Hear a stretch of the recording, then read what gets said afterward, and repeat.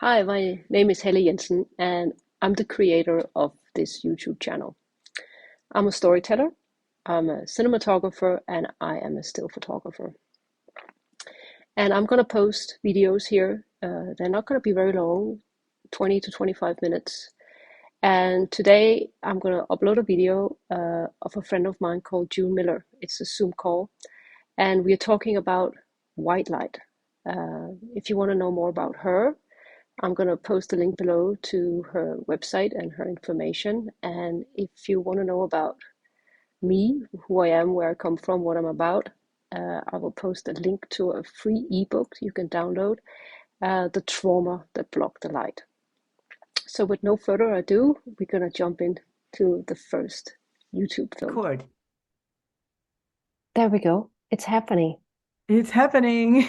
Oh, June, look, I have so many questions. I was very inspired by your YouTube that your friend made on you, Uh-huh. that you posted on your Facebook, Yeah. and it was your affinity with white light. Uh-huh. And me and an AFI writer, we are on this subject about light. You know, whether you use light in films or whether light comes from inside of you or outside of you, Yep. and light is just an ongoing thing because in fact once you project a movie up on the screen, the light bounces back onto you. And Okay. what does that do, so it's like a huge task we are sort of like digging into. And then It's kind of your like a language. yeah. Light is its own language. It's a form that I've had an affinity with white light my whole life. And when I was really young and I met a man who was trying to heal himself of a terminal cancer, he started talking about a white light. And immediately when he talked about it, I felt a little bit of relief because it kind of felt like, oh, you mean I'm not the only one that plays with white light? Like I was a child still. I mean, it's just I was probably a teenager, but I just, I ended up investing all of myself into the light. In other words, I began to use it. I used it, in a way that could help people. And I understand that it could be used for a lot of other things, but you know, it's like when you have a friend, once you make something your friend, you work together. And so many years ago, I did the same thing with God. I made him my friend and we worked together. And the white light was a way that I found that God could communicate with me.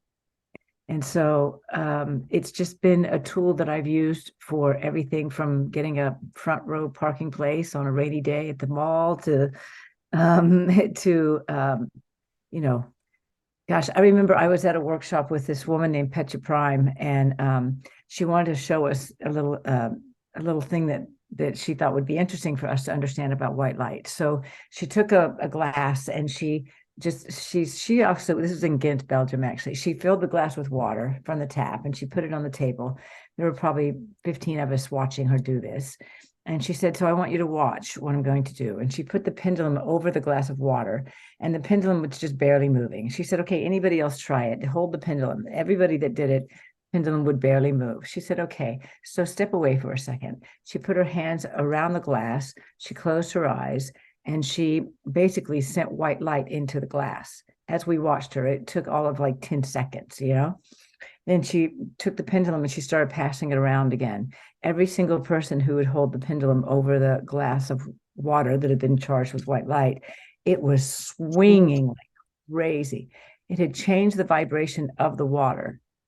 Um, and I mean, because I've worked in healing, to a degree of with some pretty significant results, I started understanding that energy really is everything.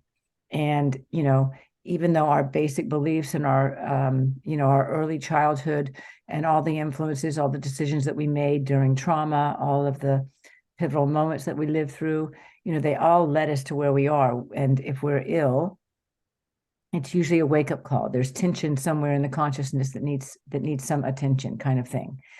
White light is something that can be used for discerning what's going on in a person's inner world. It's what I started using a long time ago, which is why I call it a language. Because when I was wanting to see inside someone to help them heal, I would need to be able to discern where the shadows were, right? So if I could just put a white light in through somebody's head, or even if I started with the shoulders, because sometimes that's easier, just put the hands on the shoulders, send the light through the hands, and start going all the way down through the body. And you're actually, it's like you're just looking at an empty shell. And then when you start pulling the light in, you start seeing how this is darker and this is lighter. As you start visualizing the light going through the head, you start noticing that you actually can see something happening in your vision of the person who you're working with. So that white light would notice, I would go all the way down, and I might get to an area where there was a shadow and I would need to know more. I would ask for more information. And then we'd change channels from the white light channel to the color channel. And I'd start seeing different colors in areas that they shouldn't be there. I know that a solar plexus is yellow, and yet I would be doing this thing, scanning with white light. And in the solar plexus, I would see green, and I'd know, wait, green doesn't belong there. In the energy centers, green belongs in the heart. So what is that saying? To have this other vibrancy in the wrong place. Like, how is that? What is that? And that became another language. And I started using energy or using light to kind of diagnose where I was needed. But also, you could always, it's very interesting to do this because you could even tell when somebody's had a broken bone. If you're putting a white light through a person, you'll actually see the break, even if it was 20 years ago, even if it was, you can see a lot with white light. It's like having an instant X-ray. So Anyway. the light that you see, is it like eyes open and there's light in the room, or is it light eyes closed and the light is something that is inside? Okay. It's definitely both. But when you're really, because I've worked with white light for so long and it's such great depth and, we have a real relationship, it's basically changing the channel at any point to see where the light is. And so if my eyes are open or closed, it doesn't matter. Light is light. It becomes visible. When you put your attention on it and you have a relationship with it, it will reveal itself to you. I worked with a photographer once. Well, actually, it was a client who had run all out of money, and he was really in a desperate state because of an awakening that he had that had caused him to go mad. He was a creative director in a firm, and successful guy, and he was using his camera, standing on the dock one day early in the morning just to take a picture where these big rocks had formed, or he had never been here, but he saw these rocks and he would take a picture of them. And when he did, the way he explained it to me was that perhaps the sun or the light that was coming up hit the rocks in a certain way that went through his viewfinder, but he had an instant Kundalini awakening. Oh. And I went completely mad. He basically wasn't able to work anymore. He wasn't able to feed himself. Had lost his apartment, moved into the basement of another building where there was no light, basically, unless his window was slightly ajar. And when I met him, in asking the questions about, well, how else can I help? I found out that he had been the only photographer who was on the stage with the Beatles at their very first Beatles concert in in Washington, D.C. His name is Mike Mitchell. And I went on to work with him, and my husband went on to work with him to help bring those pictures to light. They had never seen the light of day. He had all of these pictures in his mother's basement in a box. I kind of did a deal with Christie's. They sold an auction for $375,000. It was like, so we got him hooked up. But what this guy did, and this is such an interesting thing, he decided to start taking pictures of light. So what he did was he found ways in his little bitty, now he's living in this little basement apartment with this little sliver of light that comes through his door when it's cracked open. And he started playing with it. Like, if I put a piece of Scotch tape there, and if I hang this there, then the light that's coming in changes. It changes everything. And he started using his relationship to light as a photographer to see what he could come up with in the realm of art, using light as an art object. And I got to tell you, I've got some of those pictures hanging in my house now. I could show you. I could take my computer around and show you, but the guy nailed it. Mm. Uh, yeah.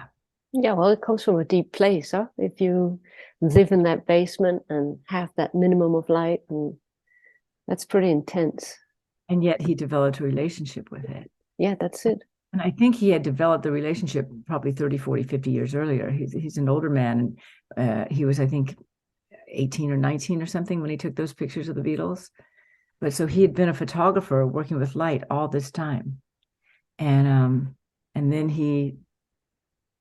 it changed him. I That mean, brings me to one of my questions to you. Remember that picture you took in the center of New York with yeah, Barbara sitting in that chair with all those blue pearls? I know that was odd. But that was so great. And I've often thought about it because I'm pretty sure somebody was in the room behind you, all the way in the back, looking at the same thing as you are, but don't see the blue pearls.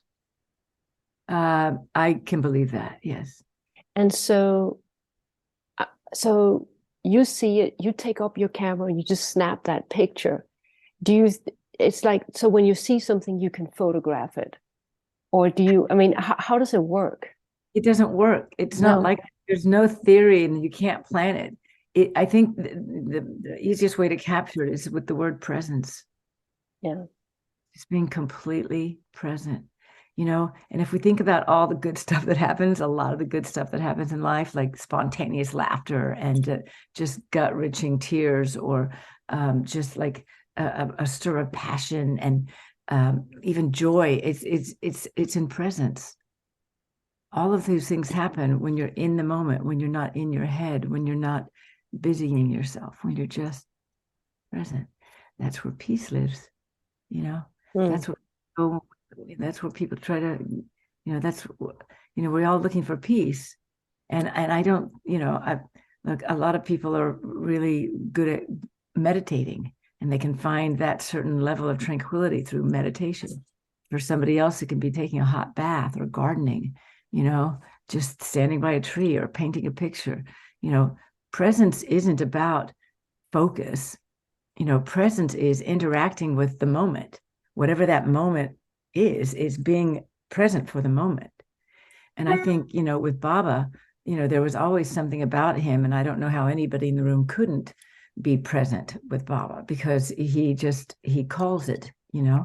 And so, it's the most beautiful thing. It's just the most beautiful time to be present with with a guru, or to be present with a butterfly. It's the same thing, to be present with the Baba G that would show up in the sign of a moth. You know what I mean? It's like, Mm. you wouldn't see it if you weren't present. There was a time that we were in Ghent, and I was trying to find you guys. You had gone somewhere, and I was told, oh, they went down that road to wherever it was. I can't remember, but I was looking for the place and I couldn't find it. And I was kind of scared because it was dark, and I don't know. I didn't know where I was going. And I'm always, oh, I can do it. And get halfway there, I'm thinking, oh, what have I done? I'm kind of lost. And then, I mean, it's just the weirdest thing that happened. But it actually happened. And there was a bunny rabbit that just came out of nowhere. And all of a sudden, he was on the road in front of me, and he was hopping. And I'm thinking, first of all, this is very strange that a bunny rabbit is hopping and it's dark. And would this guy come from? But the second thing I thought was, oh, I've just been asking for help. Maybe he's just guiding me. And I followed this bunny rabbit, and he took me straight to the place I was looking for, the room with all you guys. I can't remember exactly all the whole thing that was going on, but um, yeah, it was, light works in different ways.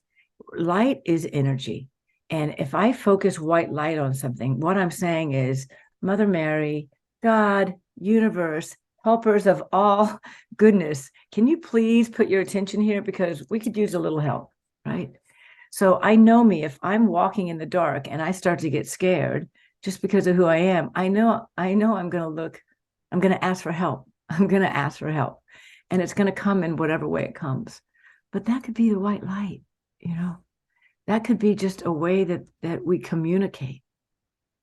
Um, when I'm thinking about somebody who's hurting, oh my God, this true story that's very recent. Last week, I got a phone call from a friend who lives in the Virgin Islands, and she has the cutest little 2-year-old maybe not even 2, year and a half, tiny little dog, but it's a little dog. It looks like a puppy. It's so little, but it's an adult dog. She called, I picked up the phone, and she was screaming bloody murder because she was at the vet's and she had just gotten news that the dog was in kidney failure, Mm. and that they were telling her that the dog was dying, that it was birth defect and it was dying. And I hung up the phone, and she just was screaming, her sound of the pain, and all I knew to do when I hung up, I was shaking. I was just shaking for that sound that you hear sometimes and you don't ever want to hear it, but when you hear it, you know it.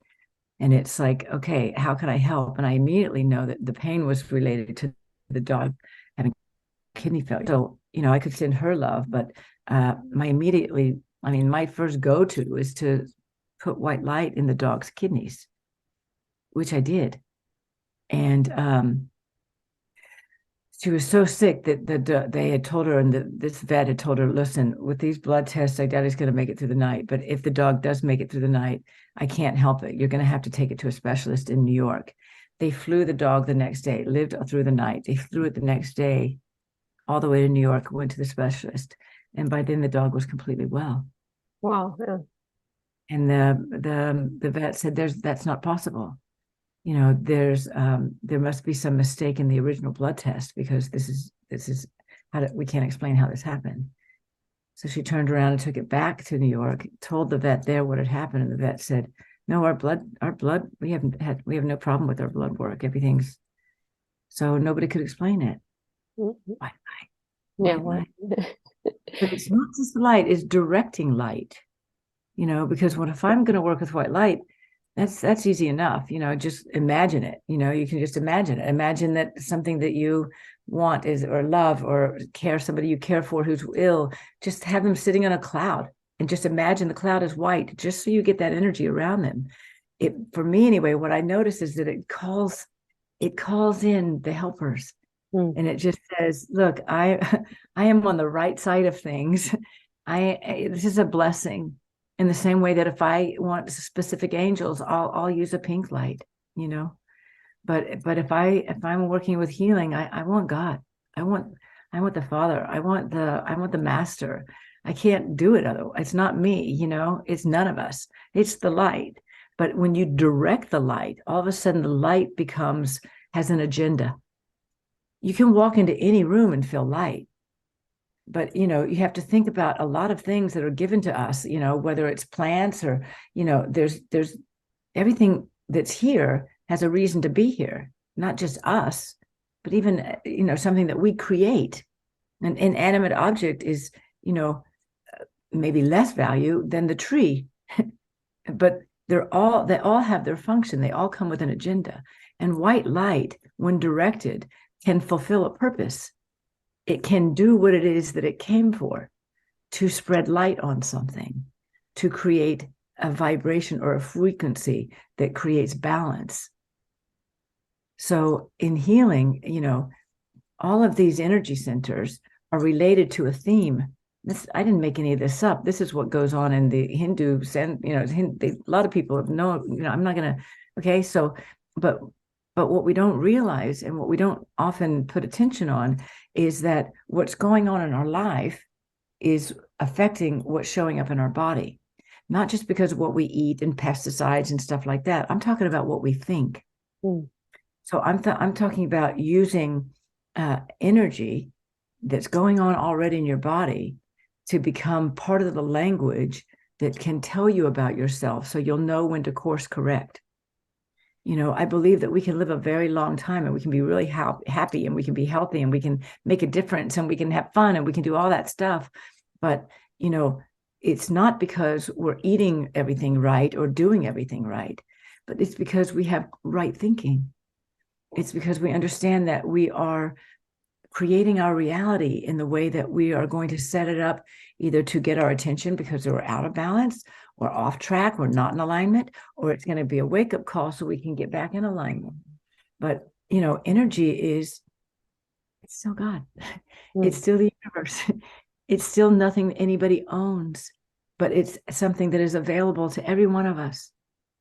Nobody has to be born special or born different or born, into a spiritual family or, go to church or it's not like that. You're a human being, and therefore you have access to right thinking. You have access to all of those, beautiful senses that are in you, your inner hearing, your inner knowing, your inner vision. Nobody tells you how to think. You do. Nobody can feed you. It's your imagination. And what you believe is going to be true for you. That's the way we're made. We are human. So if we can use that same free will and we can use, this plus this equals that, free will plus white light equals directing it towards helping people heal.